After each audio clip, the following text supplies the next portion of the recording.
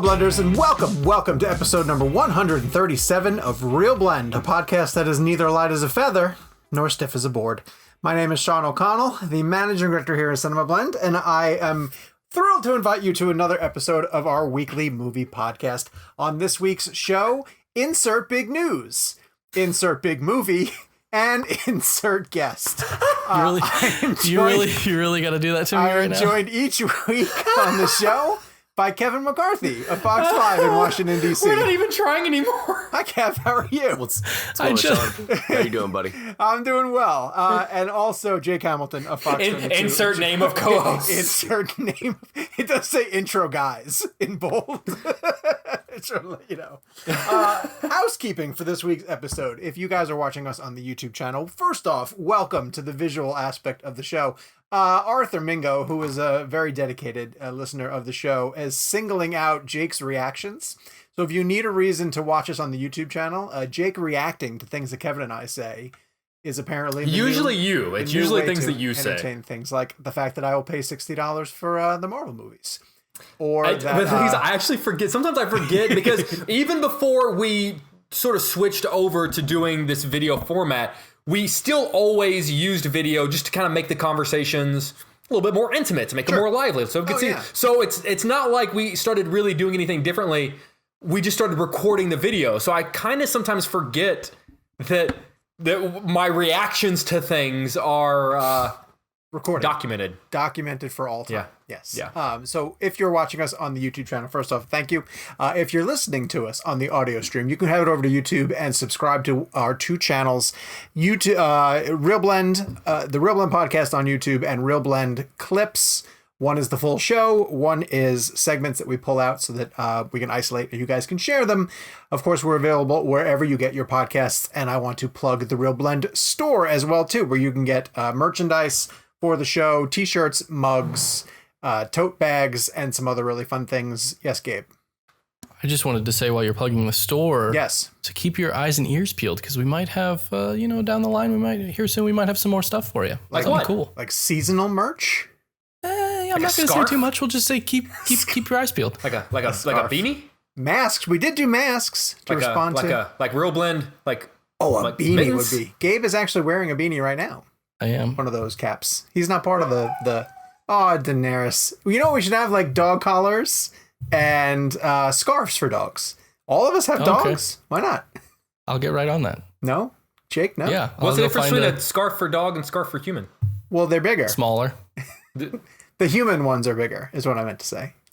What if you're a little person with a big dog? We're off the range here. CinemaBlend.com Insert next part of show. /shop. Let's get right to the weekly poll. So, in honor of the Trial of the Chicago 7 opening, we asked you guys, what's your favorite Aaron Sorkin screenplay? I didn't want to put best.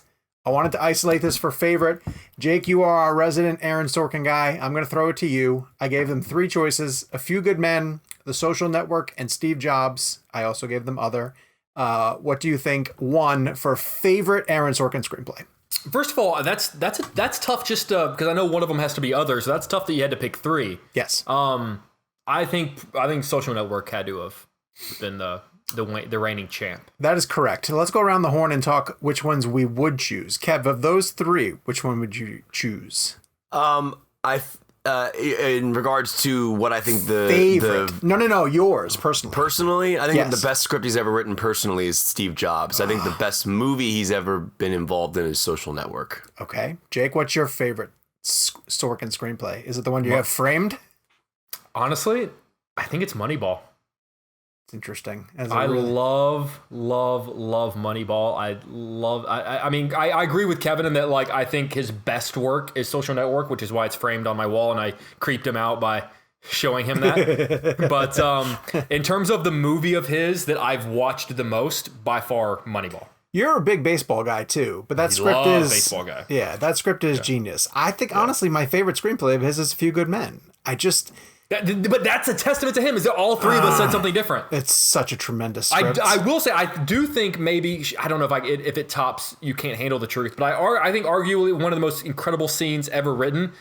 Kevin, to your point, that scene in Steve Jobs where the two of them are in a hallway. The whole like, why do people think I fired you moment, where it cuts back and forth between. Oh, that is one. If you don't know what I'm talking about, get on YouTube, Google Steve Jobs. Why do people think I fired you? It is one of the best things, not just that he's ever written in cinema. Is that or the Jeff Daniels scene? That's the Jeff Daniels scene. That scene. Yeah, where they're in the hallway and he's saying like, it's why like does raining, everyone? right? Yeah, Isn't it raining? yeah, that's it. That's the scene. Steve For Jobs some reason, absolutely. I thought they were in an office for some reason. That is one of the ones I need to revisit because I'm pretty sure I've only seen that movie one time. Oh, dude! And I know I loved it when I saw it. That might have been my biopic blend pick. Oh, Yeah, possibly. Steve Jobs is amazing. Yeah. Kev, you have an amazing story, if you don't mind telling it, of the amount of travel you squeezed in Oh, that's nuts. to do the Steve Jobs junket. So at a time when we are not traveling, can you please share that story? Yeah, I to this day I don't know why I did it. I mean, But you got Sorkin for Steve Jobs, which is awesome. I'm happy I did it. It was just what Sean's referring to is there was a weekend in around the Steve Jobs junket that was it started in New York, and they were doing a press junket for a movie Pan, which was with Hugh Jackman. Not a great movie. No, I wanted that movie to be so good. Was that Joe Wright? That's Joe Wright. Joe Wright. Ooh, Yes. Yeah. And it's funny. I was just wondering. I was gonna fill in Joe something, and Jake filled it in right away. No, but so I got the Steve Jobs junket, which was gonna be a Saturday in London. The Pan junket was Friday in New York, and then Sunday was the walk in New York.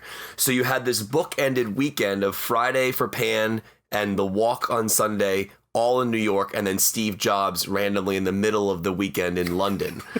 So Universal Pictures invites me to Steve Jobs, but they go, we're going to give you everybody except for Steve Jobs himself, Michael Fassbender. Do you want to come to London? And I'm like looking at the talent list, and for me, it was Still a worth it great 'cause- list. Right, it was Sorkin and Boyle were the two that I wanted to go for. And then you had a great list of other actors. Seth Rogen was on there. Kate Winslet was on there. Kate Winslet, that's great. Yeah, it was She doesn't a do big. press. Right, it was a big list. So I accepted the junket. So I went to New York on a Thursday, saw Pan on Thursday night, did the Pan interviews Friday, flew to London Friday night, landed in London Saturday morning at 6 a.m., got off the plane, went through customs, went to a 9 a.m. screening of Steve Jobs. And when I was at customs, the guy was like, how long are you here for? I said, 11 hours. I'll see you in 11 hours. When I went through customs in London, and the guy was like waiting for me to say like 2-3 days. And I'm like, no, I'll be back at like 6 p.m. tonight. So I got on the ground in London, got into a car, went right to the screening, saw the movie at 9 a.m., did the junket at noon, was on a flight at 4, back to New York, landed at midnight, and then did the walk junket the next day in New York. It's insanity because anyone else who got that invitation would just say, that's okay, I'll just chill in New York for that weekend. If anything, I get a free night in New York. Yeah. Yeah. And the I actually didn't mind doing it that way because when you're in that much of a time rush, time doesn't really factor into anything, neither does your sleep. So, like, me being on the ground in London for 12 hours, I didn't feel it, to be honest with you. It was so, like, I literally didn't sleep. I mean, I'll never forget, I had a hotel room just so I could change. Like, there was a hotel room because they book it for the junket, and they already had one set aside. So I literally I checked into the room for 4 hours, I think it was, and this I'm in another country. I'm across the pond at this point. But to be honest with you, the 4 minutes to sit down, or 5 minutes it was to sit down with Danny Boyle, because I think one of the part of the reasons I did it, I'll never forget one of my really good friends, Lauren, not my wife's Lauren's best friend, Lauren, sent me this article that Danny Boyle directed the film with 16 millimeter, 35 millimeter, and digital. And I was so astounded and blown away that he chose to do the different decades with different types of film stock and digital cameras that I couldn't miss the opportunity to sit down with him. So to be honest with you, I flew all the way to London to talk to him for 5 minutes about that. Oh my God. See, I love that for this aspect. There's a scene this is going to be such a weird tangent. There's a scene in Lethal Weapon 4, which it's not a good movie. I know you like it more than I do. I like Lethal Weapon. But there's a part where they're going to fight Jet Li and they're on the pier at the end of the movie and it's pouring down rain on him. And the two of them decide, like, we're not going to fight him. Like, he's so young. He's really good. We're kind of old.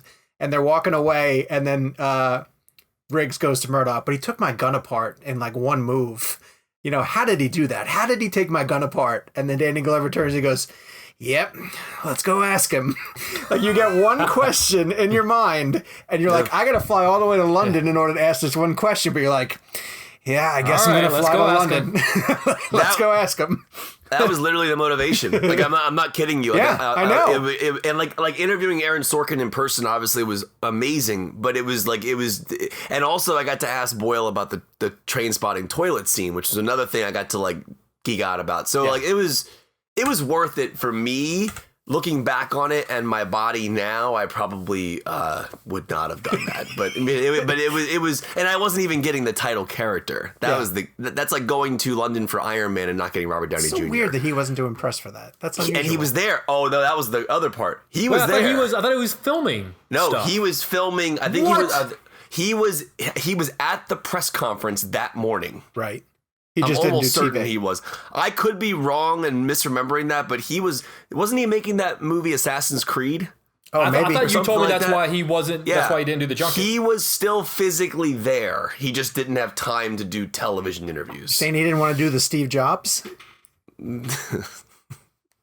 Isn't that his jobs? Yeah, right. Nothing. You got nothing from that. That was like Jake level. Hey, Gabe, you got Gabe, nothing. Gabe, cut that in the edit. Insert laughter. Insert what exactly? Insert better joke. All right. Well, we don't have to travel as much to get amazing interviews these days because we've figured out how to work technology to our benefit and get amazing directors like Julie Taymor, who is joined the show to discuss the Glorias, the film that she has coming out now about Gloria Steinem that stars Alicia Vikander and Julianne Moore. And this was a fantastic conversation. So I'm going to not waste any more time and throw it to the Real Blend interview with Julie Taymor. Yeah, it's a special packaging for a DVD. And a lot of times they come with like specific artwork or I don't know. I like it. I'll take any kind of packaging, anything that's real. Here's the difference. So this is your standard Blu-ray. Oh, there you go. I hate that cover so much. Why? We hate it. Oh, I hate it. I love that movie. Oh, that's so great to hear because I'm trying to convince people out there to make the same, what do you call it? I don't want to call it Across the Universe 2, but the next one. Mm-hmm. I just got off the phone about that, actually. Across the Galaxy. Call it Across the Galaxy. That's good. Because what, there are so many songs you didn't use, or? My God, there were 200 Beatles songs, so I only used 33. Plus, I'd love to take, Jim Sturgis called me up and he wants to do it, and Evan's Game, and I'm sure I can get the other people, and I'd like to push it into the 70s. Into really edgy, weird times in the 70s that will be very similar to what's going to be happening in our country now, right? Let's do this. Why aren't we doing this? Didn't Evan I Rachel don't know. Wood? You got to find me some very daring people who are ready to do a new musical that will be really, next generation. Because all people your age, everybody I talk to loves Across the Universe, and it's amazing. We got to do the next one, and the Beatles stuff, and Elliot will do new arrangements, and it'll be incredible. And we'll have. I want to go to India. I want to have it be California. There's all kinds of ideas to do it, but I don't have. I haven't really pushed it yet, but I'm ready to. Doesn't Evan Rachel Wood do Blackbird in the first one? Yeah, that's my favorite Beatles song ever. I think that's the moment the film like clicked for me. I was like, because I already loved it, and I'm like, okay, she put Blackbird in there. That's awesome. that's the best Beatles song. It was Blackbird referring to her brother who was broken, right? And Elliot did a beautiful job on the arrangement. It was so haunting. So great movie. Sturgis is great in that. Yeah, I actually would love to see it Across the Universe. Chapter 2. Okay, so cool. You write Sony and tell them you want it. I'm texting Tom Rothman right now. Go ahead, because he knows I want to do it. They've got awesome. I guess they've got the title and they've got the something, but whatever. Well, so we're going to dive right into the Glorias then. And thank you so much for taking the time to join us. Yes, happy to do it. So we are a geeky sort of filmmaker-driven technical podcast. And so I have to start with a scene that just, when I saw it, it dropped my jaw. And I have to ask you, without giving away the magic, I don't want you to reveal any of your tricks, but the tap dance scene in the barbershop, which Bravo! I didn't know which one you were going to say. you put mirrors all over that sequence as a challenge to yourself. Guess what? They were in the barber shop. Okay, we didn't please put anything there. Please walk me through as much as you want to pulling that shot off, because it's breathtaking. Yeah.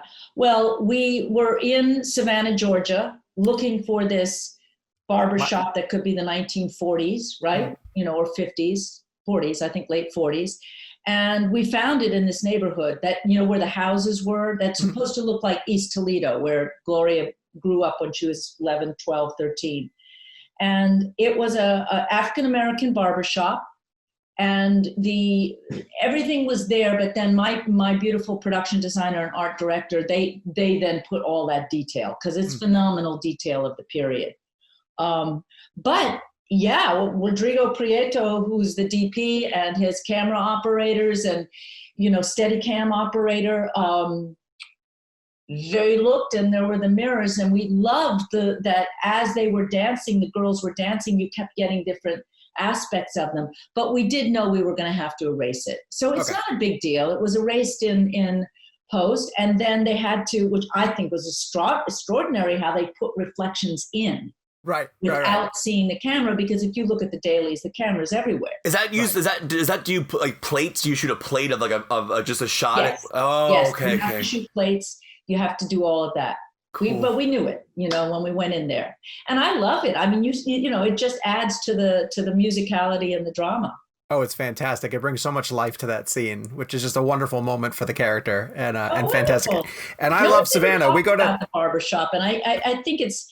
That little girl had never acted before, but what a tap dancer, the African-American girl. She's phenomenal. And it's improvised. I mean, I let them go free. We did some rehearsals, but then I really wanted I didn't want it to look like a dance number in a musical. Right.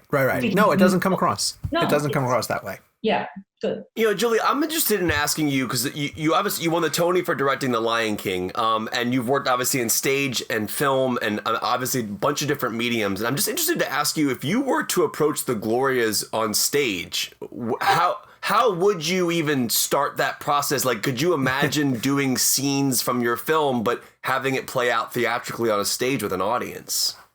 Not really. To me, the cinema of it is it's very important. Going to India, I don't want to have it be stylized India, because what you have in the Glorias is 3 levels of reality. You have what is the norm, the dramatic, with Alicia Vikander and all these, and Bette Midler and Julianne and all these wonderful actors acting out scenes. Then you have the documentary footage, which is, some of it is archival, a lot of it is, which I don't even want to replace with trying to do it. You can't do the 1963 March on Washington, but I think, what is this? You're geek, so you'll appreciate this.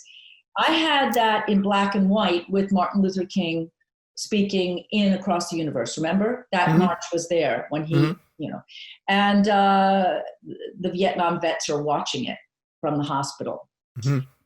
It's in black and white. Mostly people have seen that march in black and white because it's stunning film. It's film, it's not video.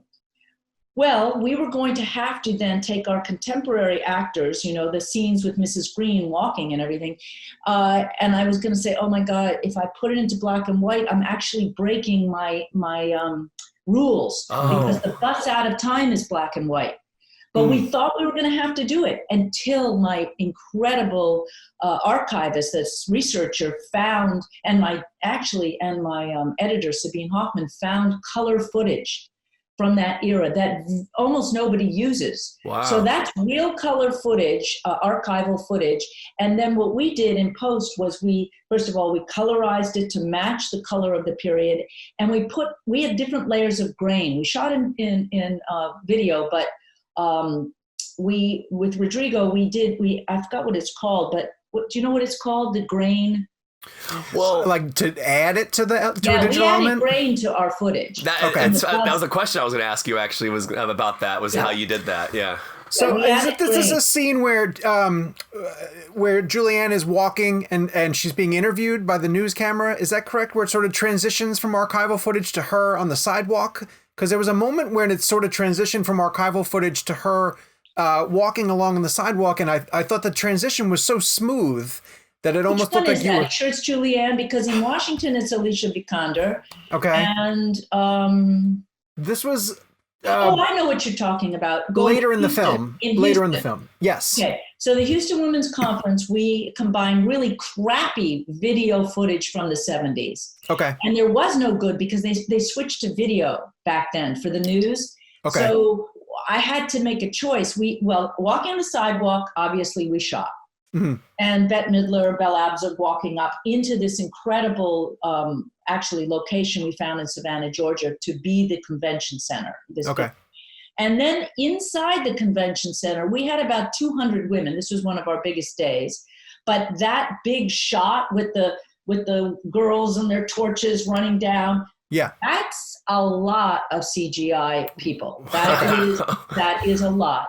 And then again, with color and grain, we did as close as we could to matching some of the real stuff. But at a certain point, I just threw up my hands and I said, you know what? It doesn't matter. Right. The audience now is used to documentary footage, archival footage, mixing in with the real. And it added a layer of edginess, in fact. You know, the planks when all the different women are getting up and talking about, I had shot some of that. And I opted for the real thing because at that point I thought better to do each one that was real and then come back to Bella and Gloria Steinem at the end where they hold up their arms for the ERA.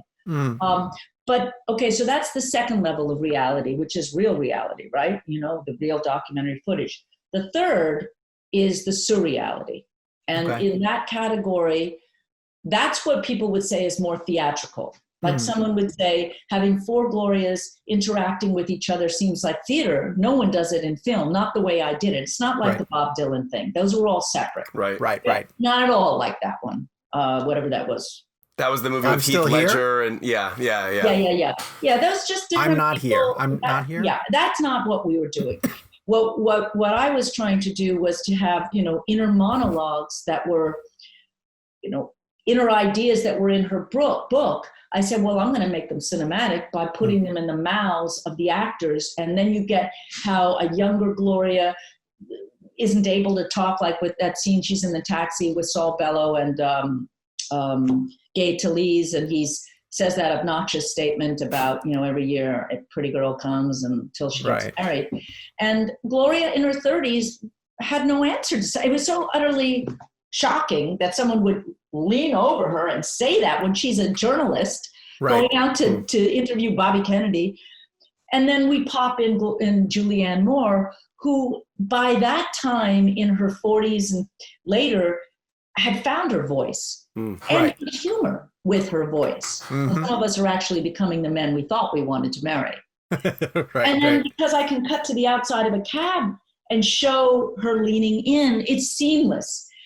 Doing it in theater, you could do that part in theater. I just have no interest. I found, that footage, that cab, can you believe what's behind that? I mean, you guys should appreciate this. Other people won't even notice. That is New York City in the 70s. Right. Oh, did you front project it or did you add it in post? No, it's green screen. We shot all the taxis and the bus in a studio in Savannah. Wow. With green screen. Then we created those beautiful, much more impressionistic outdoors of the bus, right? Those are I didn't want them to be specific places. So you could get winter, you could get cold, you could get fields, but honestly, it's black and white, so we kept it very misty, not clear. But the real stuff, the taxi in Boston with Flo Kennedy and Gloria Steinem, Alicia Vikander and Lorraine Toussaint, that is Boston in the 70s. Wow. And man, the amount of research that went into this to find it and then to be able to take out a car, put in a car. There's a lot of post on this movie, a lot. Wow.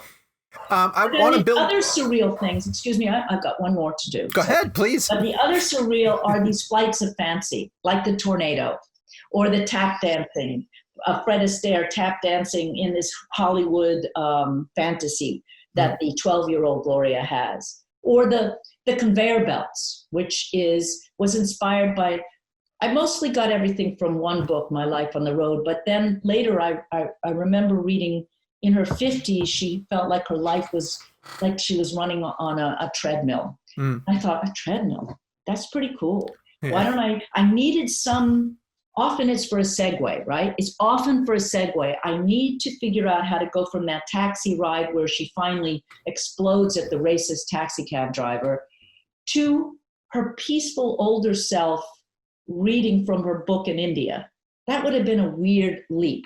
So I had the energy, and Elliot's music is so fucking awesome there, of her on these treadmills that became the highway. So we already know the motif of the highway from the bus, the yellow slash line. And the red shoes harkens to the ruby slippers. So we have the Wizard of Oz being, tapped into throughout. She talks about it in her book, The Wizard of Oz. There's no place like home. There's no place like home. Remember in that scene.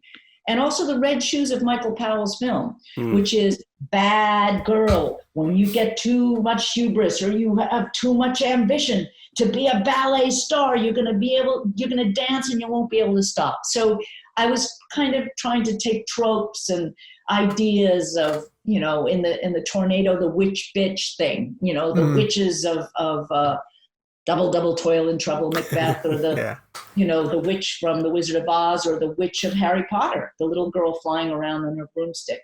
Right. So those are closer to Across the Universe, the kind of medium animation, the Kali animation for the cover of the guy who did that animation, the beautiful Kali on the cover of Ms. For the Ms. cover? He did the I Want You. He did the animation of Uncle Sam. And I said, who did that? I gotta find that guy. He's out in Oregon. So I said, here's the cover, make it dance. And I gave him images of Bharatanatyam and various other Indian dancing. And we went back and forth, and it was pure pleasure. I mean, I loved working on the post with the visual effects teams was hard, but it was really satisfying ultimately. That's awesome. I would like to dig in a little bit deeper in terms of the actors and the performances, because you singled out that you do something that most people don't do when they're doing a biopic, and different actors are playing the same character at different stages. You would never dream of having them interact in the same scene. You just wouldn't. It's rare to see it happen. Right. So a lot of times when you talk to directors who do that, they encourage their performers to not really look at the footage of what the other person is doing and to just focus on their era. But when you have Alicia sort of interacting with Julianne, do you want them to not mimic each other? Do you want them to still define what their version of Gloria is? How did you approach that? They were not to mimic each other, and they wouldn't have wanted to. I mean, they're mostly not together, and the bus shots, those ones where they're on the bus, the Greyhound bus, was the last few days of shooting in Savannah. Okay. So they'd already etched their characters fully in their own time periods. We hadn't done India yet, because India we went after Savannah, of course. But they both had dialect coaches, separate. So they both had the documentary footage of the real Gloria, and they had the real Gloria. She came down to my apartment, and we all had meetings, and they got to ask her questions and listen to her, and they could call her anytime. And she came, we're not going to do the spoiler alert about Gloria, but she did come to the set the last day that we were in Savannah. So, she was a part of this process. Gloria Steinem was. She answered anything I want. She loved what was going on. She was sort of startled that it could even happen. So, and she completely trusted the ideas. Julie, going off Sean's question, I'm actually interested in asking this. When you're casting people who are playing the same person at different ages, what goes into the thought process? Because the audience has to believe it, right? We have to believe that these actors are playing the same person at different stages in their life. Now, they don't have to look exactly like each other. There has to be certain elements that are just going to be a through line, and people change as they get older. As you cast different people, what are you looking for that's consistent through all the performances that helps us immerse in the world and believe it? Well, I think that they're very different, actually. Yeah, yeah. And it still works. Right. And I think it's because she really did change as she got older. Now they have the humor, they have maybe the 12-year-old is less humor, but the enjoyment of wanting to be a dancer and the knife throwing thing and the little one is very cocky from time to time, and she adores her father, and they all had the love of Leo, and the empathy for Ruth grew. Like the 12-year-old's relationship is with her mother, the 6-year-old relationship is with her father, and then the 20-year-old's relationship, Alicia Vikander, is back again with her father, and the Gloria that Julianne plays is disconnected. But that scene when they're all on the bus after he passes is, they're together and not together. They each have their own look out the window at his car and remember about traveling with him. So obviously for the two older Glorias, the hair connected them. Sometimes it's browner, but finally when the streaks happen, the Gloria Steinem streaks and the aviator glasses, that's the Gloria, the visual Gloria that most people know. Right. That came in her late 30s. I put the hair at the bunnies when she goes undercover as a bunny, which wasn't necessarily the time, but I just needed it to make sense that she comes up with new hair. She gives a fake name, Marie. So, it makes sense that she would do something glossy at that time. And the glasses, they are really, the women ended up looking like Gloria, which is astounding to me. I have to say that there was one scene. Look like Gloria when you look at these pictures there. And the younger Gloria can look like Alicia. And she had dark hair.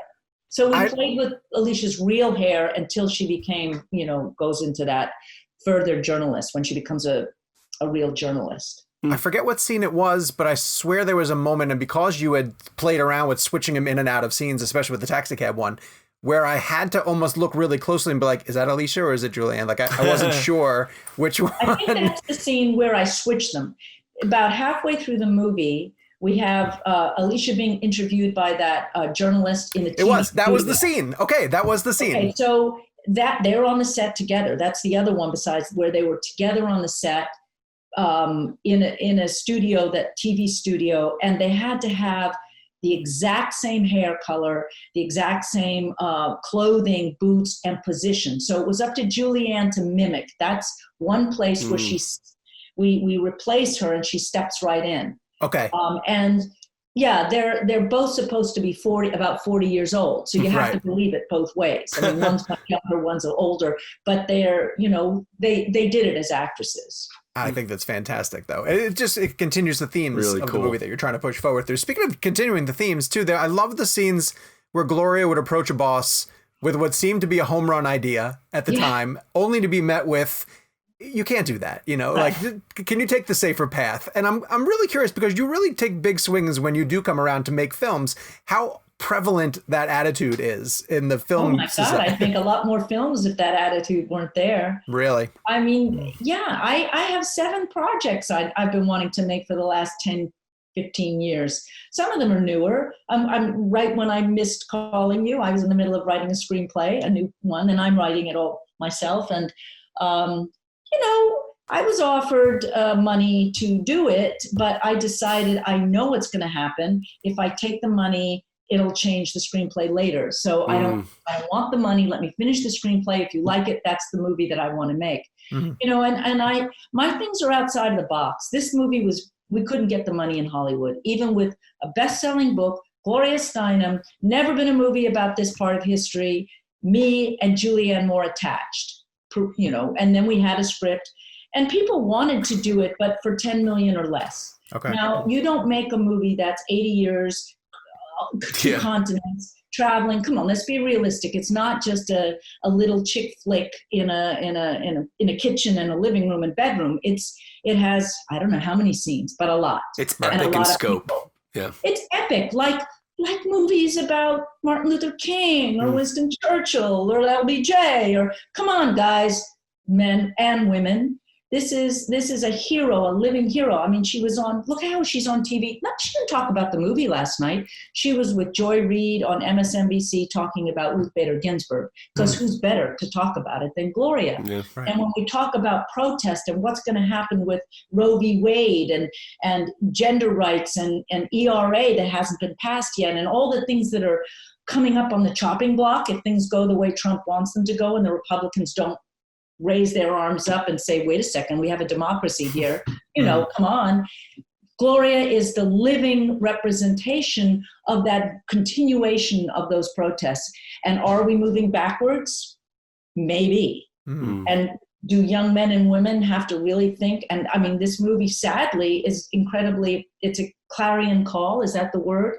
To say, you know, Gloria says in the Women's March, pressing send is not enough.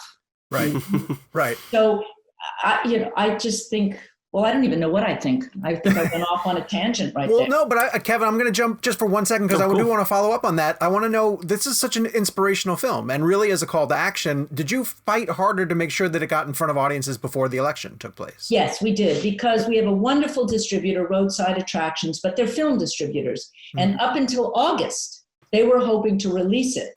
And my producer, Lynn Hindi, and Gloria Steinem and myself said, and then so they were actually probably not fully, because they get the political clout it might have, but they were thinking of postponing. Okay. And I thought, and Gloria said, no, we were planning to be on a Greyhound bus in September and October, moving through the swing states, presenting this film to groups, women's groups, men's groups, it doesn't matter, to hopefully people who don't even know we're going to be in swing states. So they hadn't necessarily to open up this kind of what Gloria has as a talking circle, you know, like a large talking circle.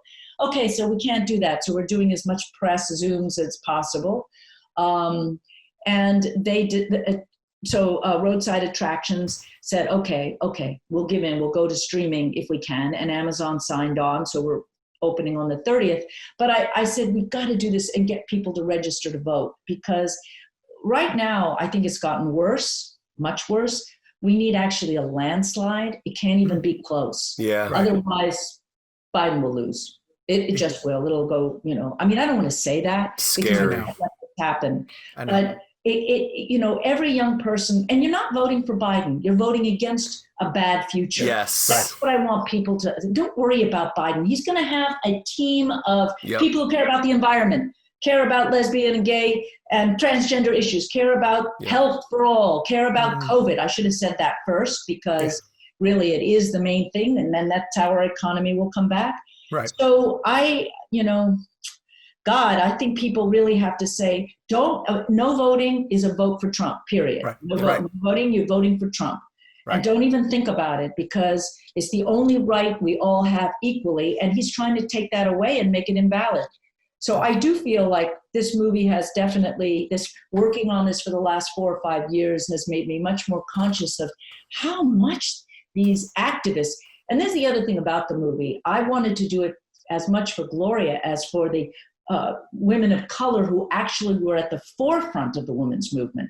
Flo Kennedy, Dorothy Pittman Hughes, we have Wilma Mankiller, Dolores Huerta, Bella Abzug, because back then being a Jewish woman from New York is a woman of color, frankly. Let's not forget the times. Yeah. And it was the anti-Semitism was greatly used against her.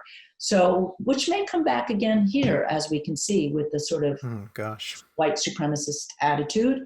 So I think that Gloria, who's a great listener, I love when the Indian woman in the bookstore calls her the India from Indian woman, India from India, Indian from India. You'll have to cut through this. When she says Gloria has been called a celestial bartender. She's a great listener. So, great. As every good journalist should be. Every good journalist needs to be a good listener. A good listener. And that's how things change. It's so critical. Anyway, yeah. Julie, I want to talk to you about your collaborators, because Rodrigo Prieto is one of the greatest cinematographers of all time. You look at the movies he's made. I mean, the stuff with Scorsese, did Argo with Affleck. I mean, he's brilliant. I want to talk to you about that relationship, and specifically the choice of shooting on video, digital, considering this was, there's a film aspect to the way it looks. And I'm wondering the choice there not to shoot on film versus digital, and also your collaboration with Elliot. I mean, like, this is, the music you've worked on with him over the years. I know he won the Oscar for Frida. I know you're his partner in real life. I'm just wondering, like, specifically kind of like those working relationships. And I guess we'll start first with Rodrigo and kind of this choice of digital versus film, and then we'll end with Elliot. Yeah, well, I met Rodrigo on Frida. He had just done Amores Perros, right? Oh, I think that was the film. one of the greatest movies ever made. Oh, Right. yeah. So I gave him his first, I think, American film. I think it might have been the first. Okay. And because I was shooting in Mexico, it's very important to me to work with as many Mexican, what do you call it? My team, the key players. Yeah. So Felipe Fernandez was the production designer. Actually, my costume designer was American. I just didn't quite find the person I want. But art director, everybody, the crew was Mexican mostly. Your costumes are gorgeous. They are, but that was Judy Weiss. So she did a great job, but she is not Mexican. And we shot everything in Mexico. And I knew that he was really good with handheld, but frankly, we decided, because it's about portraits, to use 185 and to use lighting. And it was my second feature film. I'd done Titus before, which he loved, and which is my favorite film, actually. Really? I like to hear that. That's cool. Yeah. No, I love Titus. Yeah. Not everything in it, but I loved it. Yeah. But Rodrigo was he was the camera operator, which he still is from time to time, even on this one. But I learned so much with him. For instance, knowing how good he was at handheld, in Amores Perros. I was very careful about that, because I'm so sick of people using Steadicam and handheld for everything without any fucking thought. We set up the camera, you create scenes, you create paintings, moving pictures, as they were called. And you use the handheld when you want agitation. Yep. Right. So in the scene where she and Diego get married and then there's this big scuffle going on, that was handheld. When there's riots, that's handheld. But I think people get very lazy and they just put up 2 or 3 cameras. Yep. And even when I was on, this is the first film that I've shot digitally. Yeah. Well, A Midsummer Night's Dream, which is a little different, which Rodrigo shot for me as well. But that was a live theater production. We had 4 cameras shooting 2 performances live. And then we went on stage with audience that we brought in and used handheld and Steadicam and dollies and all kinds of stuff. Cool. So it's a combination to make that, which is much better than most of those theater live from National Theater. Or, the first Met HD is my production of The Magic Flute. So, I've done that too. But, so Rodrigo was amazing. And then, I had Kim Jennings, who was the production designer. She'd worked for years with Mark Friedberg, who had done Across the Universe and The Tempest. And she worked on both of those in the art department, either art directing or in the art department. And I did ask Mark to do this because I love working with him. And I'm glad he said no, that he was unavailable, because I really did also need to really try and get women in these positions. And he said, Kim, she's never had the full out. I said, yes, that's great. And it couldn't have been better, actually, because it's her first. She worked her ass off. She made a lookbook this thick, like a foot high. Yeah. And she just did a phenomenal job. The scene on the pier, Ocean Beach Pier, that's completely constructed. That's a set. Wow. Gloria said that looks exactly like the real one. Oh my gosh. We actually built that, and the house and the pier are in totally different locations. So that's all done, through the magic of post, connecting them. That's incredible. And you have to do, where's the camera? Yeah. How do you pull the cars to go from there to the next scene? And then I'd worked with Sandy Powell before, who has also done all of Scorsese's, and Sandy did The Tempest for me. So I said, Sandy, this is going to be much more low budget than Scorsese. You're spoiled. You're not going to be able to do this. It's 1,500, costumes in 80 years. And she said, but it's women.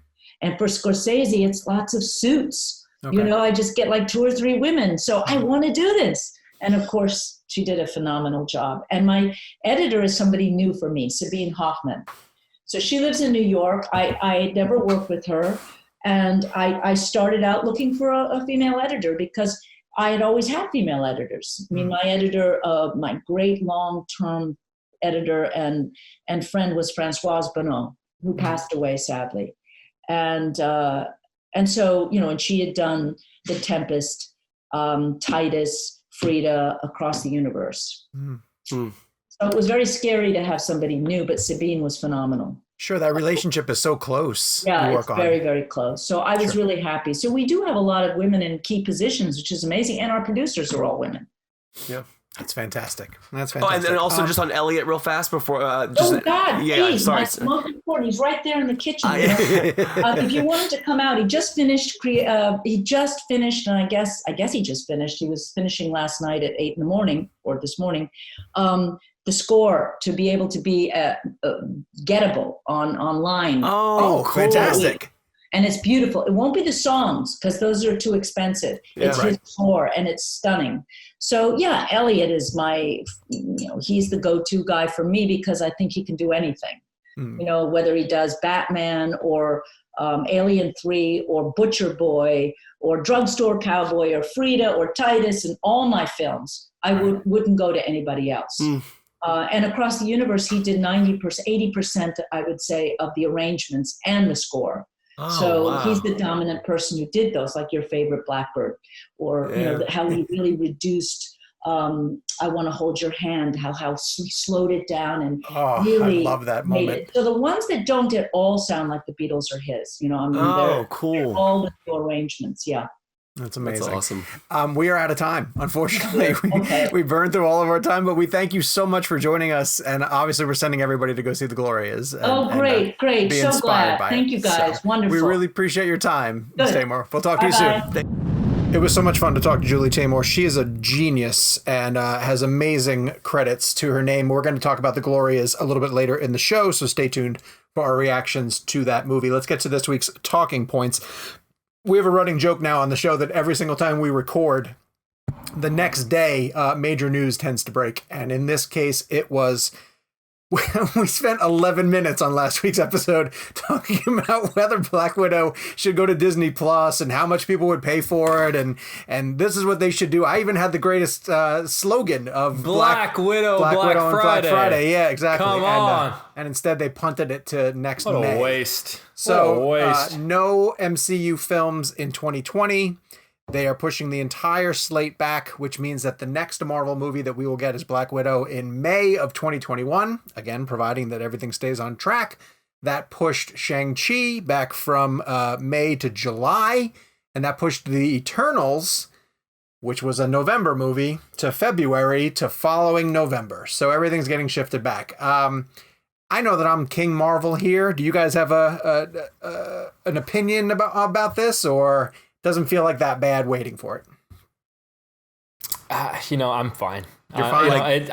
To me, it almost falls into that Star Wars camp where it's like, make me miss you a little bit. Yeah. And honestly, if there were a moment to take a break and let us breathe and let us catch our breath, like, isn't now the time? Like, they didn't start like Endgame and Spider-Man kind of wrapped up this huge epic story. They haven't got it started on the next phase yet. Like, there could not be a better time to break, push everything back, and just let us chill for a second. Like, I'm perfectly fine. Now, if this had happened, like, how crazy would the world be going if it were Endgame that they were pushing back? Oh, I know. They extremely lucked out in terms of where the break fell. So like, the only silver linings. In the same, how do you feel? Like, I always say that like make me miss Star Wars. Like give me a few years of no Star Wars. How do you feel about having to wait a year before Marvel? I really miss it. And I really, with all due respect to everyone who's involved with Black Widow, I don't want that to be the movie that kicks off the next phase. I wish they were starting with fresh and new.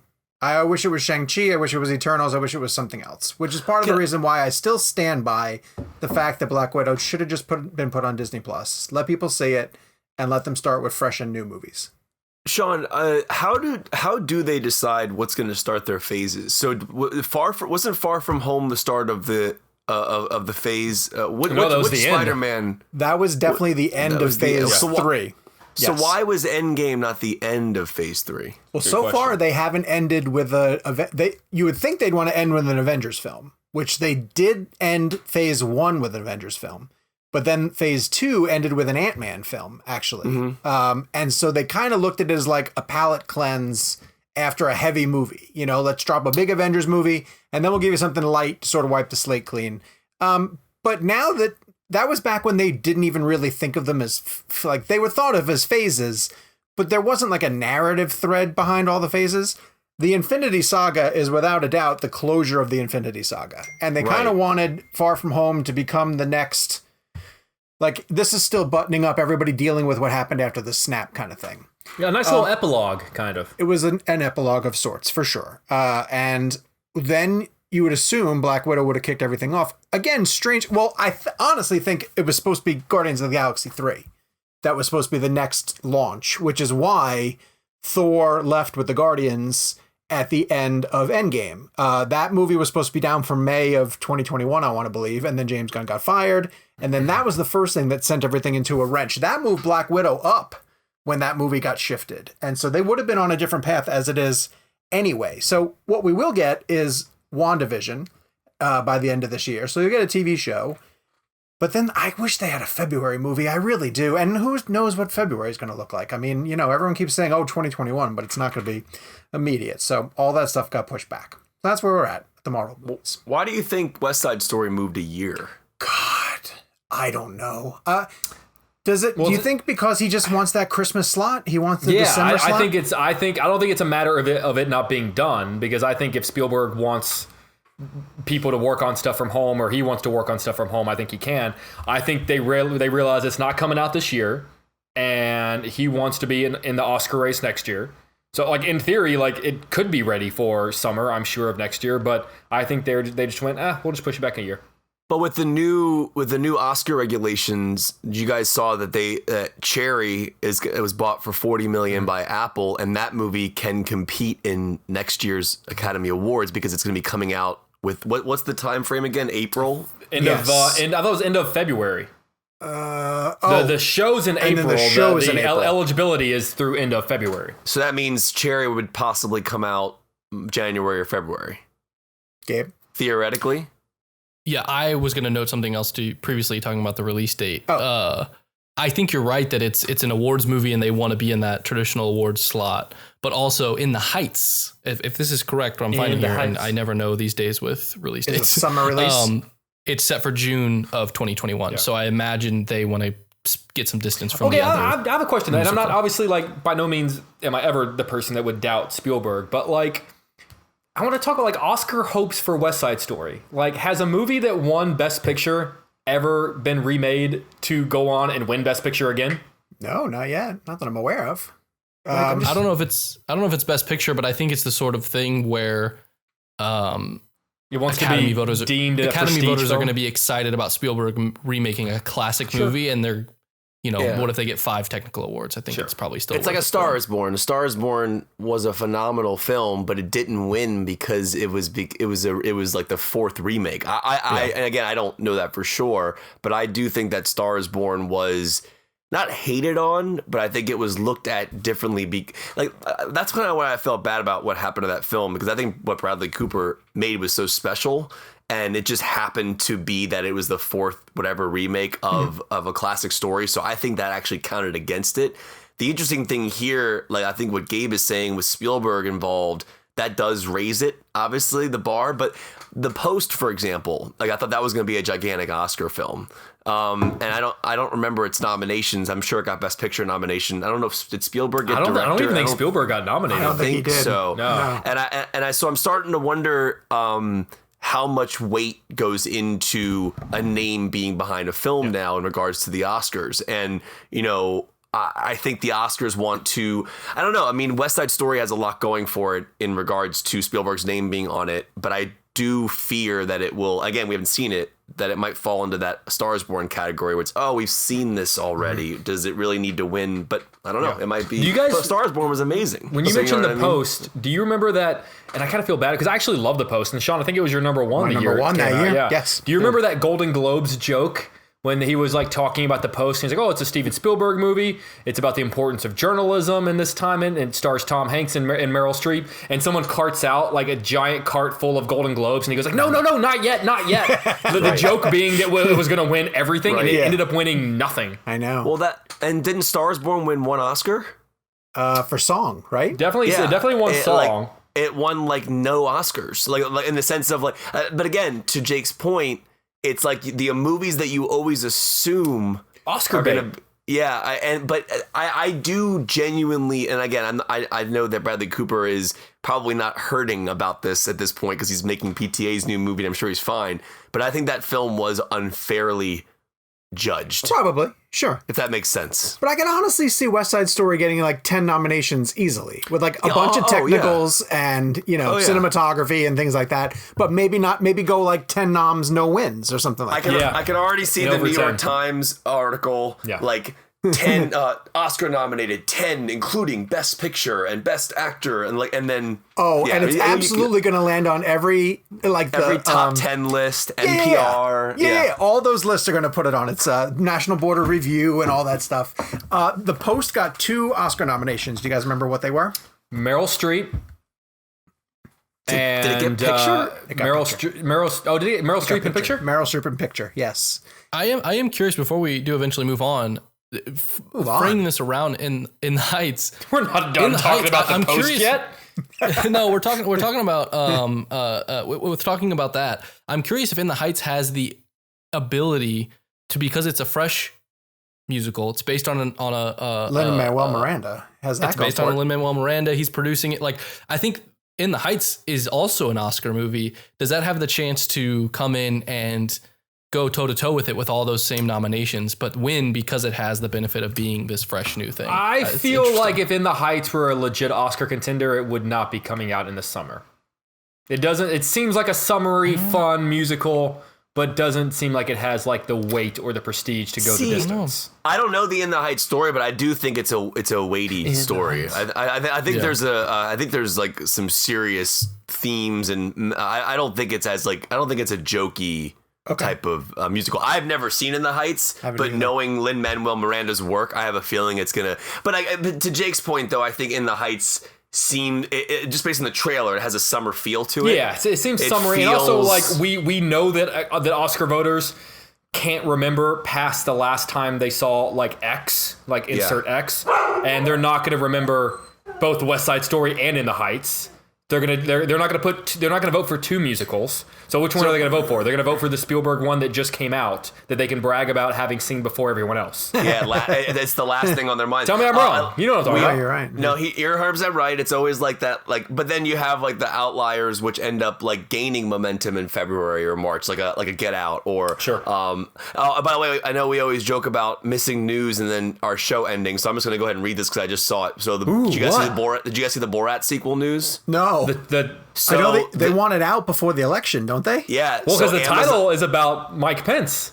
Yeah, so Amazon, this is according to, I'll give Deadline credit. It says Borat sequel acquired by Amazon Studios. Sacha Baron Cohen film will bow on Prime Video right before the election day. Oh, that's amazing. That's actually pretty sweet. Yeah. I would really like to. What do you mean it's about Mike Pence? I didn't hear this at all. The title. Hold on. Let me read the title. Borat. It just says Borat 2. No, it has an official title. You remember how the first one had that really long title? Wait, the first one was called Borat Cultural Learnings of America for Making Benefit of Glorious Nations of Kazakhstan. This one is called, are you ready for it? Sure. Please. Borat, gift of pornographic monkey to Vice Premier Michael Pence to make benefit recently diminished nation of Kazakhstan. Is that real? Yeah, but I'll read that again. Why would Deadline not have that in their article? Yeah. Borat, gift of pornographic monkey to Vice Premier Michael Pence to make benefit recently diminished nation of Kazakhstan. Oh my God, I want to see this so bad. Dude, no, you don't get to say that because when I texted you guys, we're getting a Borat sequel, didn't you reply back like, meh, like, who cares? I don't think I did. Yes, you did. No, and I said something like, who hurt you? Oh, and then I sent a picture of the 2 naked guys wrestling. Yes. Yeah, so you don't get to laugh at this movie. Well, I've changed my mind. I hope you sit in silence. No, you don't get to change your mind on this show. This show is concrete. Everything is set in stone. I mean, that's smart. Oh, yeah. Amazon Prime. I mean, time to the... I'm reading the articles now. Jake, I'm not seeing that title anywhere in any of these articles. Are you sure that's real? Yeah. If it's not, it should be. How about that? I'm seeing it everywhere. All right, well, while those guys look into that, let's shift into something that's deeply disturbing to me. Barry Jenkins is going to be directing a Lion King follow-up. Okay, so we ran that it was a sequel. I got called by the studio for a correction that it's not a sequel. It is a follow-up. So I don't quite... Which, by the way, is not your fault. And I want to give Sean credit because we get news so quickly. Barry Jenkins' tweet says sequel. It does, yes. The director of the film says sequel on his Twitter. I saw the Hollywood Reporter report prequel. Prequel? If you go to their article said prequel.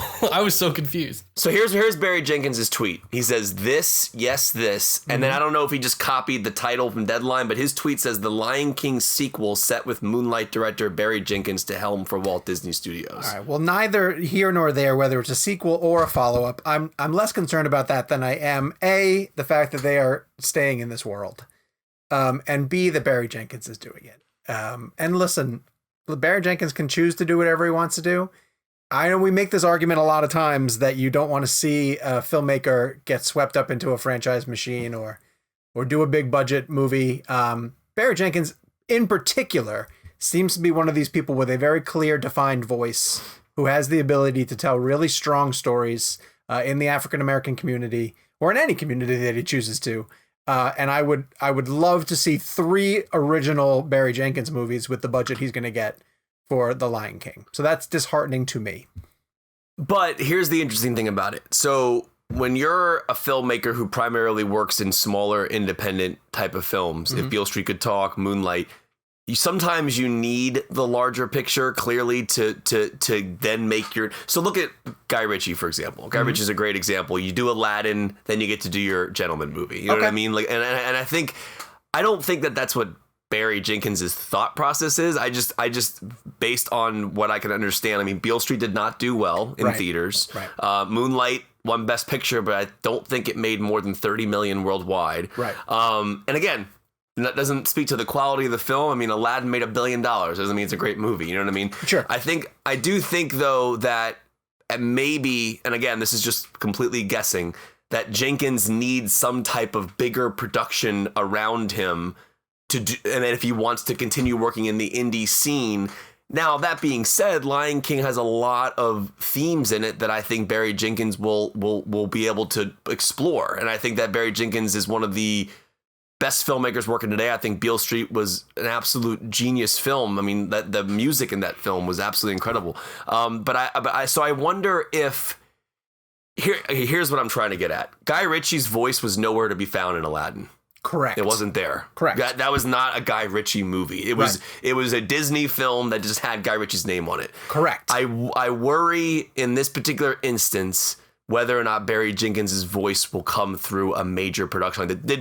Like, what's Favreau's voice, right? Favreau directed the Lion King remake. What's his voice? I think he's he's a great director who doesn't necessarily have a specific signature style to him. I think agree. he's just a good storyteller. Would it almost be like pizza with no toppings on it? Yeah. Are you saying that he doesn't? Are you saying he doesn't have a flavor? But cheese pizza is still amazing. Do you know who I would compare Jon Favreau to the most is Ron Howard. I think Ron Howard is a perfectly Ron Howard doesn't have a necessarily... filmmaker. Yeah, I don't think Ron Howard has like Ron Howard is a hell of a lot better of a filmmaker than Jon Favreau. No, but what Sean is saying... I think Ron Howard... Jon Favreau could not make Apollo 13. Ron Howard has a better filmography and is a better director than Jon Favreau, but I think what Sean's saying is that they both have... There's really... I guess what's Ron Howard's distinct voice? I don't know. I think holding on to Tom Hanks as hard as he can. I mean, he's a good storyteller, but Sure wouldn't. What's his voice? Ron Howard's whole process is because he comes from an acting background. His whole process is finding a script. Right. The same as when we talked about like Spielberg.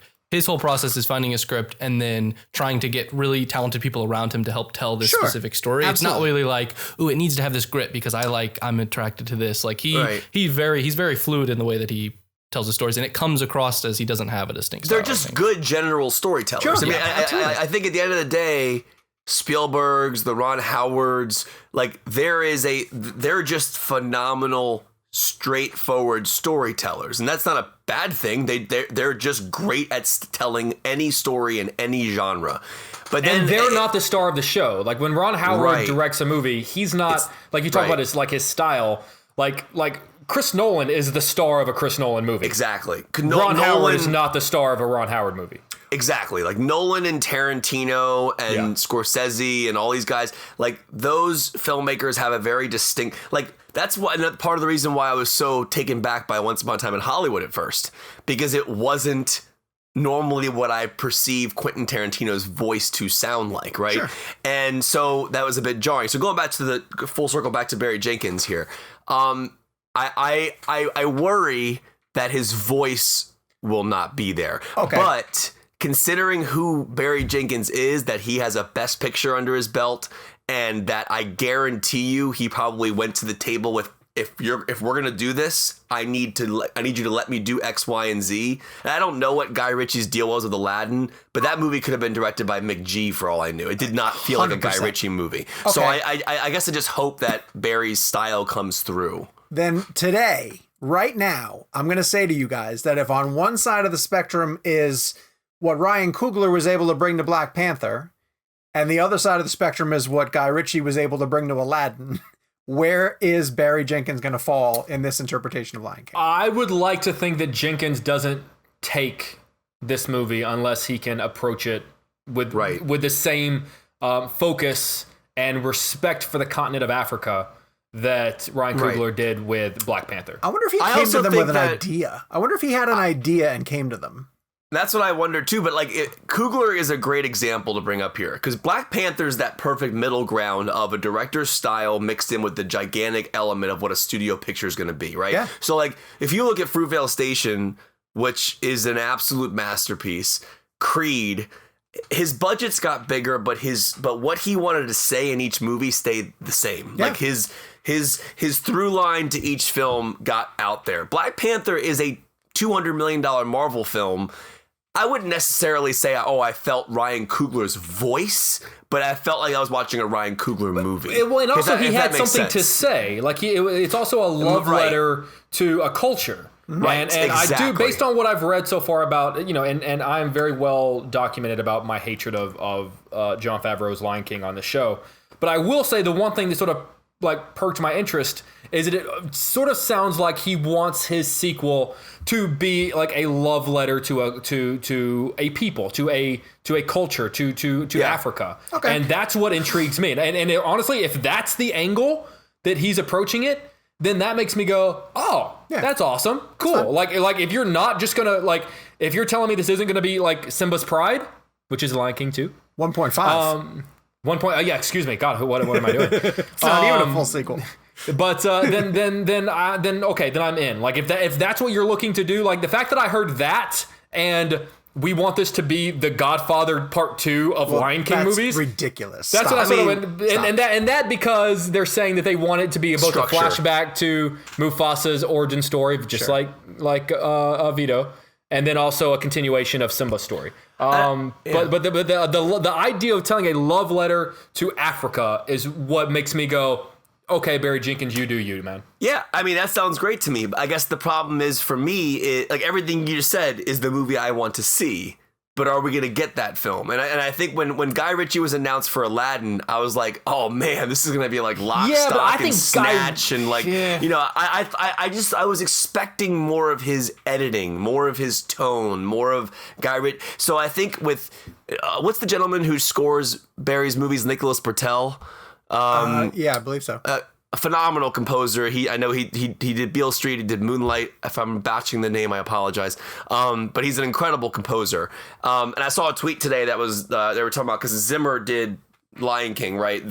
He also didn't Zimmer also do the remake or the live action. I think Zimmer was still involved, even though it was his music from the first one. I think so.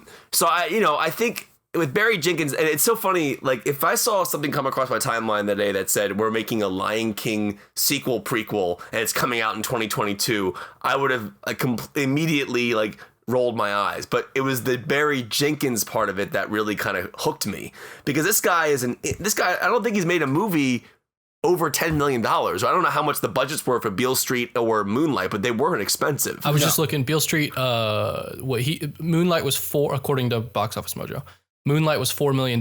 For Beale Street, they gave him 12. Right. So you're talking about taking on potentially what do you think it's going to be, like $200 million project? Probably. Yeah. I mean, how much was the first line? I mean, Yeah. if you're looking at elevations of filmmakers, I mean, Guy Ritchie's most expensive film prior to that must have been the Sherlock Holmes film. So he actually had but if you look at Ryan Coogler, for example, Fruitvale probably cost less than $3 or $4 million. I don't know for sure. Creed was a step up. Probably and like then once 60, he did 65. Creed was the one that made me, he could definitely do Black Panther if he could pull off Creed. I just don't. Does Barry need another mid-budget film first? I mean, maybe that's what it is. Maybe he just truly felt like he wanted to challenge himself and take on, the big money, huge production type thing. I don't know. We'll see. Do you think that they're going to have to hire writers that know how to do something other than copy paste? Because I know that was a tough skill on the first one. I assume they would have to do that. Yes. So the budget might be even more than Copy paste. I'll just mention this because it's inspiring. Fruitvale Station cost $900,000. wow. $900,000 for Fruitvale And it's Station. a masterpiece. And it's literally one of the greatest movies ever made. Wow. It's such a good movie. I will never forget. You always remember where you are when you see a certain film.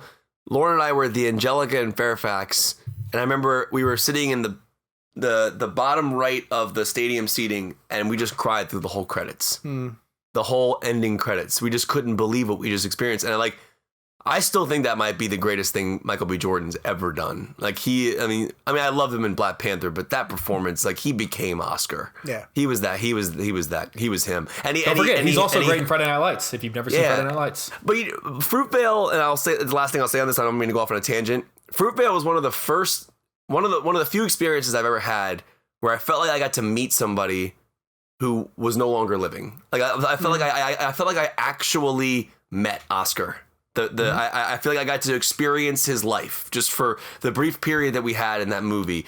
Michael B. Jordan brought him to life, and I think that was a really powerful thing. I want to apologize to Daniel Day-Lewis if he's listening to this podcast for his Lincoln portrayal. One single tear is going down his cheek saying, Kevin, I brought that president back to life for you. I think there are amazing actors out there, no question. I guess the point I was making is I didn't know who Oscar was before watching Fruitvale Station. Lincoln has been in my mind for years. So it was just like, this was just like, I got to meet somebody who I'd never met before and didn't know a lot about, basically. Absolutely. All right, let's get to the trailer reactions to the reboot for The Craft. So Craft wasn't my time. I'm assuming you guys have seen it a bunch. Yeah, of course. I like the album. I remember there was like an alternative rock album. Yeah, it's so mid '90s. Is it really? What was it, like '96? So like it's the ultimate like mid '90s. And who is the lead girl? Not Neve Campbell, but the she was like, I thought she was gonna be a bigger star. Yeah, she was also in End of Days with Arnold Schwarzenegger. Yeah, it was Balk. Yeah, I felt kind of vaguely remember her. She had such a unique like acting face that I thought we were going to see her more often. She's the visual of that film that I remember. Yeah. Like, when I think back to The Craft, it's her face. She reminds me of like a Winona Ryder type almost. Yes. Yeah. And I'm looking at her filmography, and it's so interesting. Did she do a Sandler movie? Did she do a Sandler movie? Why she did The Craft. After The Craft, she did Island of Dr. Moreau. Okay. Then she did American History X. She was in The Waterboy. There's your Sandler film. Oh, you and I I'm thinking of two different people. Okay. Almost Famous. She played Sapphire in Almost Famous. Yeah. So it's like she consistently worked up until now. She's in a new show called Paradise City with it's almost like Axl Rose. I think Axl Rose is directing it and Slash is the star. So wait, in the trailer, there's a photograph of her though, isn't there? Isn't there going to be a direct connection to her? I thought one of the girls was holding a photograph of her character. Oh, I'm sure. Yes, in the trailer, yeah. Okay. There's no way she's not going to be. They're not going to come back. So does that mean Neve Campbell's going to do both Scream 5 and The The Craft has already been filmed. Yeah, Craft's coming out. Do you think Neve Campbell and the rest of the cast? I guarantee you they're in it. There's no way they're not in it, right? Maybe. Yeah, probably. Like Ghostbusters style. Like, by the way, like, remember the Ghostbusters showed up in Paul Feig's movie and it was not great. I mean, it was terrible. I actually like Paul Feig's Ghostbusters, but the way that they showed up was not. It was terrible. Horrible. It was awful. Yeah, it was actually really embarrassing. It was embarrassing. So yeah. I wonder if like Nev Campbell and the cast of The Craft are. Hold on. In case you don't remember, Dan Aykroyd played a taxi driver who actually had to deliver the line, "I ain't afraid of no ghosts," as he drove away. It was one of the most uncomfortable cameos I've ever seen in my entire life. Like, awful. he had a right to look at them and go, no, I'm not going to do that. I'm not going to say that They line. asked him to do it. And he said yes. And he said yes. He didn't have to say unfortunately. yes. Yeah, they let him promote his vodka, probably. Yeah, as he's taking a sip out of that skull. That crystal head vodka that he's always I'm plugging. the kingdom of the crystal skull. So we're on this nostalgia cycle, and apparently we're coming around to The Craft. Does it look okay to you guys? Judging on, I mean, like, horror is such an ever-evolving entity. Yeah. And, what horror looked like in the 70s is different than what it looked like in the 90s, and it's different than what it looks like now. And so I'm sort of curious to, I'm not expecting it to be the film that I grew up. If anything, I'm just sort of curious as to, obviously, horror is sort of a reflection of, a certain audience that's ingesting it. So, I remember the 90s Craft being sort of a reflection of my generation. So I'm sort of curious as to what this new Craft is going to look like, and thereby what is it going to say about sort of the younger generation that's sort of ingesting horror now. So that line at the end of the trailer is from the original, though, right? We are the weirdos. There's a lot of weirdos out here. That's one of those ones, even though I haven't seen The Craft, as soon as I heard them utter that line, it was like a flashback of oh yeah, I remember when that line was a marketable thing.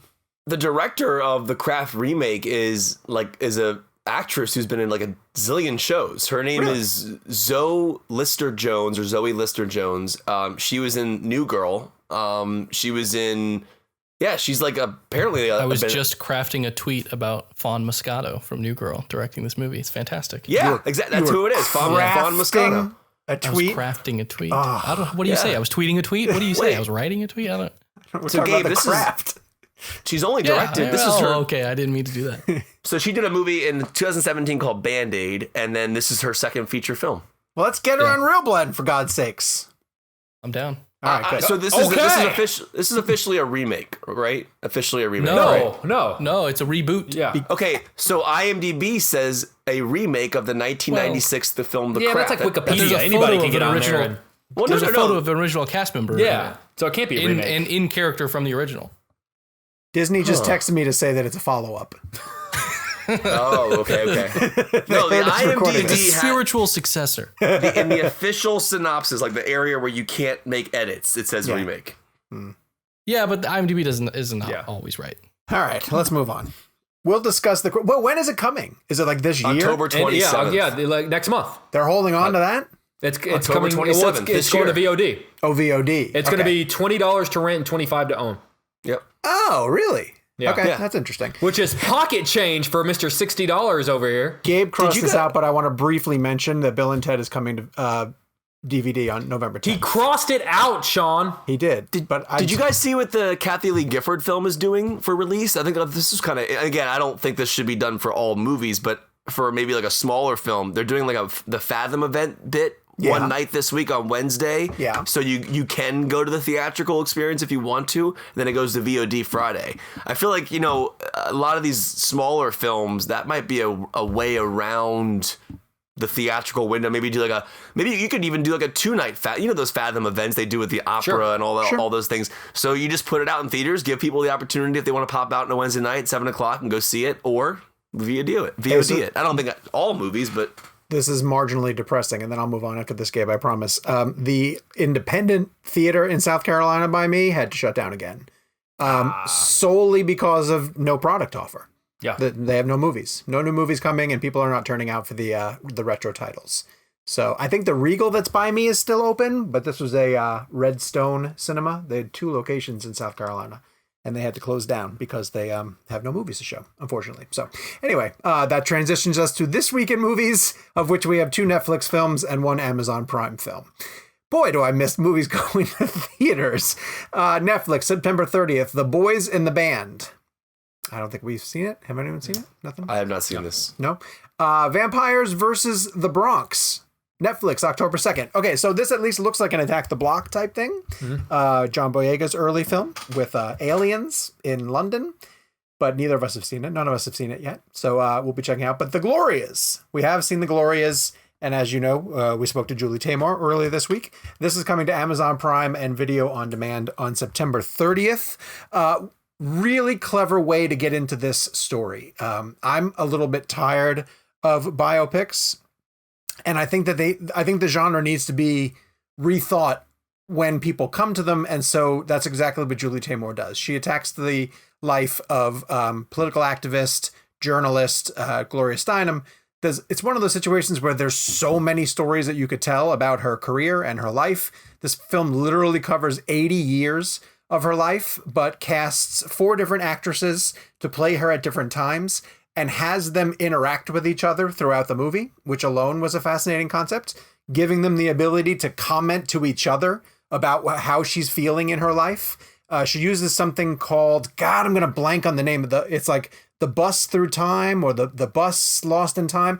So everything is shot with Julie Taymor traditional colors, really vibrant colors, real vibrant pictures. For people who don't know Julie Taymor, for God's sakes, she got the was it the Pulitzer or the Tony for directing The Lion King? Probably the Tony. The Tony, huge. She won awards. the Tony for best directing for Lion King. She brought that Lion King vision to the stage. If you've never seen it, I feel like it sounds so cliche to say you like the Lion King on stage, but it deserves every word of acclaim it's ever received. It's unbelievable. It's so visionary, and I know that it's been around forever, so people have sort of taken it for granted. But when she first came out with it, it was unbelievable. Yeah, she talked a lot about Across the Universe in our interview with her. It's a fantastic, which is one of the best adaptation. Movie soundtracks of all time. Like I know it sounds like blasphemous to say like, oh, I like someone else's version of a Beatles song more. And I'm not saying that that's necessarily the case. Yeah. But there are some incredible alternatives to some of their Evan Rachel Wood singing Blackbird. Yes. If you've never there are some truly incredible covers of Beatles songs in Across the Universe. So throughout the Glorias, while she's shooting most of Gloria Steinem's life in these vibrant colors and popping scenes, she'll return the actresses to this bus that's traveling through Gloria Steinem's life, theoretically. And that's where the 4 of them can sort of converse about how things are going. But she shoots that in black and white. And it's such a standout as opposed to everything else that you're watching. And it makes amazing parallels to what's going on in our modern society and things that people are still fighting for, inequalities that people are fighting for. And to that point, that's why she brought up in the interview how she fought really hard to get it out on streaming service before the election happened. So unlike Borat 2, she also wants to make a statement before the election happens. That's the only thing they have in common. So check out the Glorias when it comes to Amazon Prime and VOD. Alicia Vikander is phenomenal in it. She does most of the heavy lifting in it. She plays that 30 to 40s, 30 to 50 probably age before handing the baton off to Julianne Moore. And so any movie where Alicia Vikander is passing the baton to Julianne Moore is obviously well worth your time. And The Glorias is certainly one of those films. So that brings us to this week's Blend Game. And speaking of phenomenal collaborators on film, we're going to be discussing director of photography and noted cinematographer Michael Chapman, who we lost recently.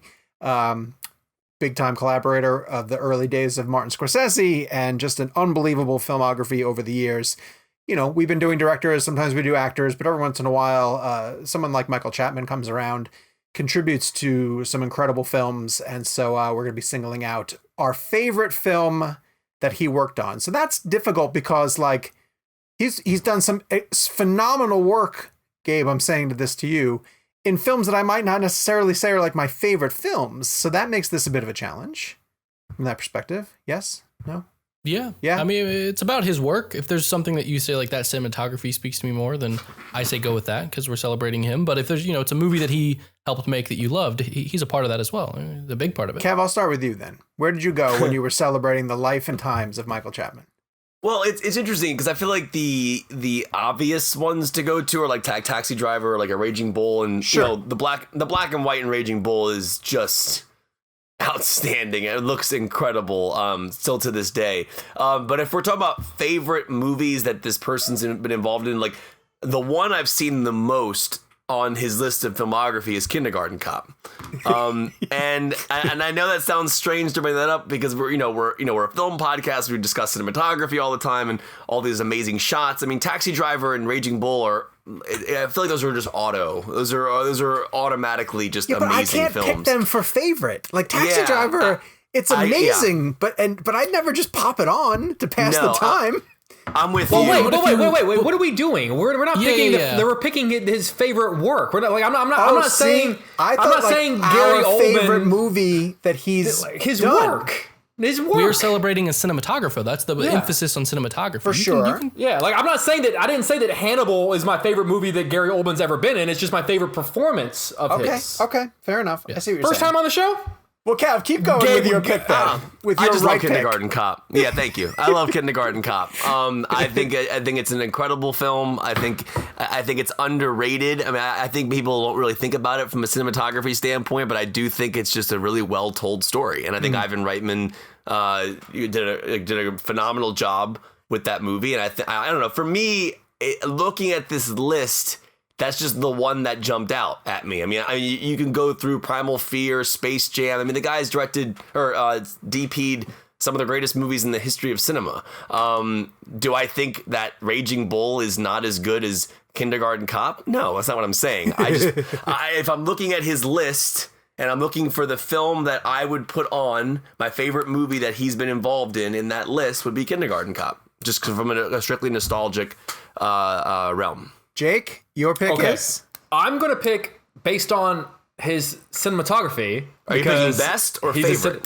My favorite work of his cinematography, because he's a cinematographer. Yes. I'm going with Taxi Driver. Okay. And the reason I say that is just because, like, I never knew that New York. Like, my New York has always been Disneyfied. You get your family and you walk around Times Square and you got Broadway all over the place and you got the Lion King billboard. Like, that's the New York that I knew growing up. But I felt like what he captured and the way he captured the New York of that era kind of shows this like city rotting from the inside, but also puts Travis Bickle in the frame, and that it also kind of shows that he's a man, like New York is a city rotting from the inside. He's kind of like a man rotting from the inside, and just the way that he captures just the light, the way that he shoots what could be, we've seen 1,000 different ways or that people have shot, the taxi sort of like, sequence, people in cars and someone driving the car,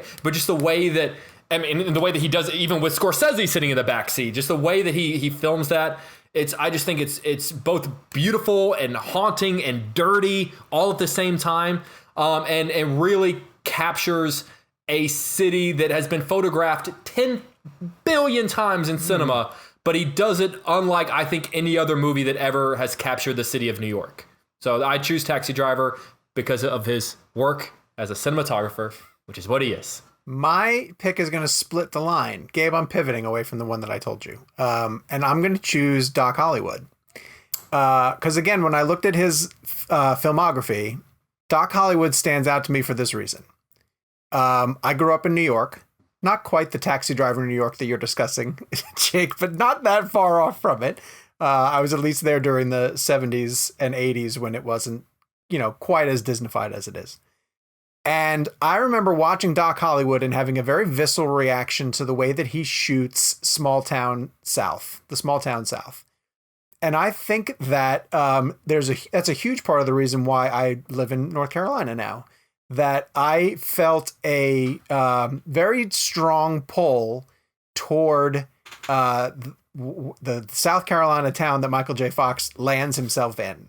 I looked around at New York and the hustle and bustle and everything that comes with New York, and I thought, like, that's a better lifestyle. I would much rather be part of that sort of country, slower atmosphere. And I realized, looking at the filmography of Michael Chapman, not even knowing that I didn't even know that he DP'd on that movie, but I can remember clear as a bell how much that movie impacted me and made me think, this is going to sound really strange too. Doc Hollywood and one other film made me feel like, oh my God, I can't wait to go down and see the South. Oh, brother?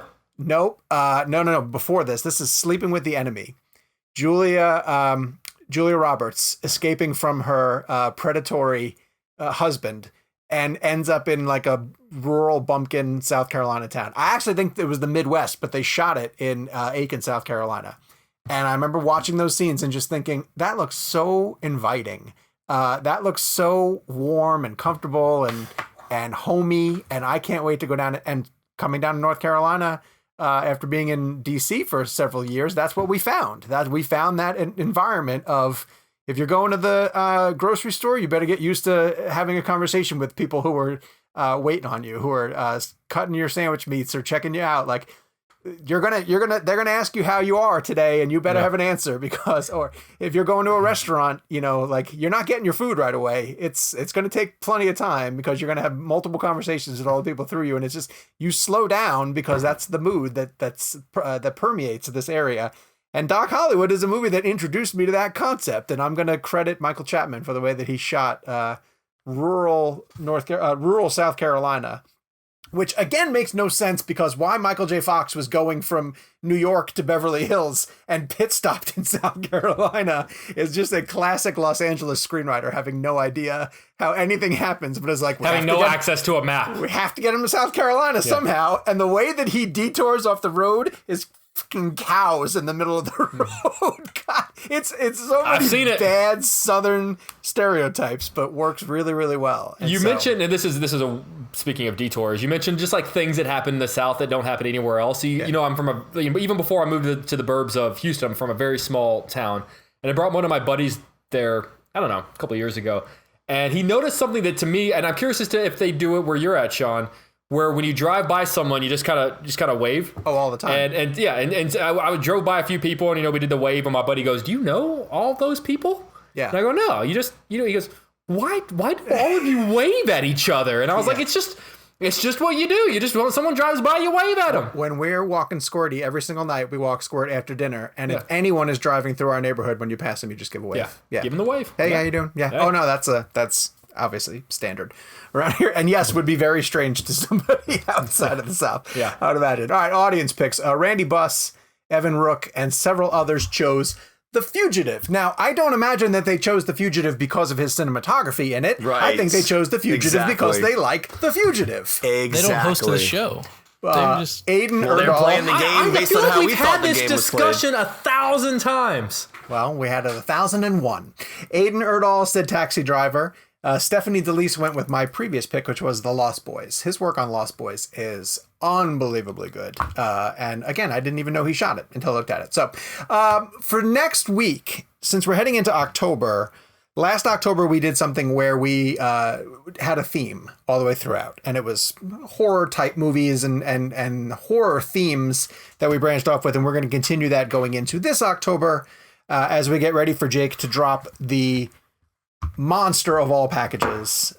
We can talk about it, right? You've teased it, haven't we? Yeah. Jake has a great package that he's putting together for Fox 32 on screen monsters, and we will have plenty more to share with that as it comes together. So for next week, you can reach out on Twitter using #HauntedHouseBlend. So it's a movie that has to do with a haunted house. So let us know your pick using that hashtag or sending us an email to realblend@cineblend.com. And as you know, every single week, you can also use that email to send us a review. And this week's review comes to us from Alexis Demeza that says, "The GOAT in podcasting," and says, "Very rarely are films, books, albums, and artwork pieces truly appreciated in their time. In many instances, they are later perceived to be the greatest depictions of their kind, usually at a much later stage. Real Blend is an example of a podcast that at this moment may not be on everyone's radar. However, I can most certainly guarantee that it will go down as not just a great and fascinating film television podcast, but one of the greatest podcasts to ever consume data streaming metrics during the podcastistance that we live in." Okay, let's stop for just 1 second and process that. Someone actually wrote that. Like, that, we don't have to believe that that's true. I'm not convinced that it's not one of you. It's absolutely not.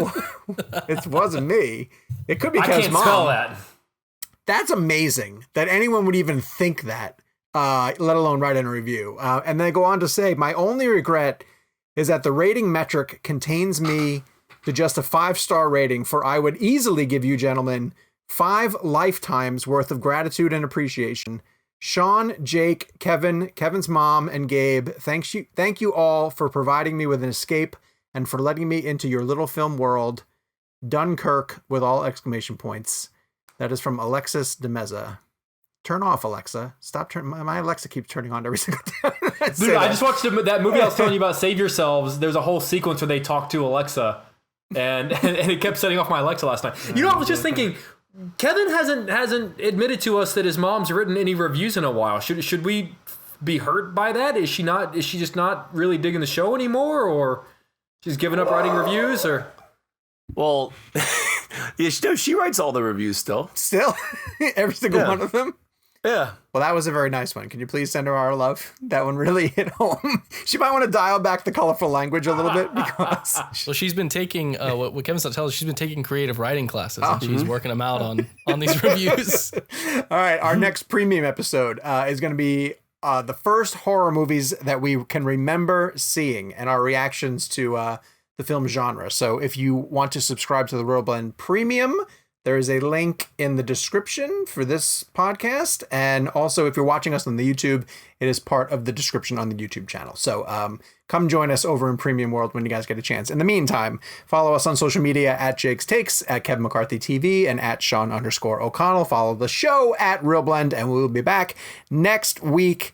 Tara, a good friend of ours, wants me to keep doing the Bane voice at the end of each episode, but I have to work on it. I don't have it down pat. So I'll just end this episode with the game.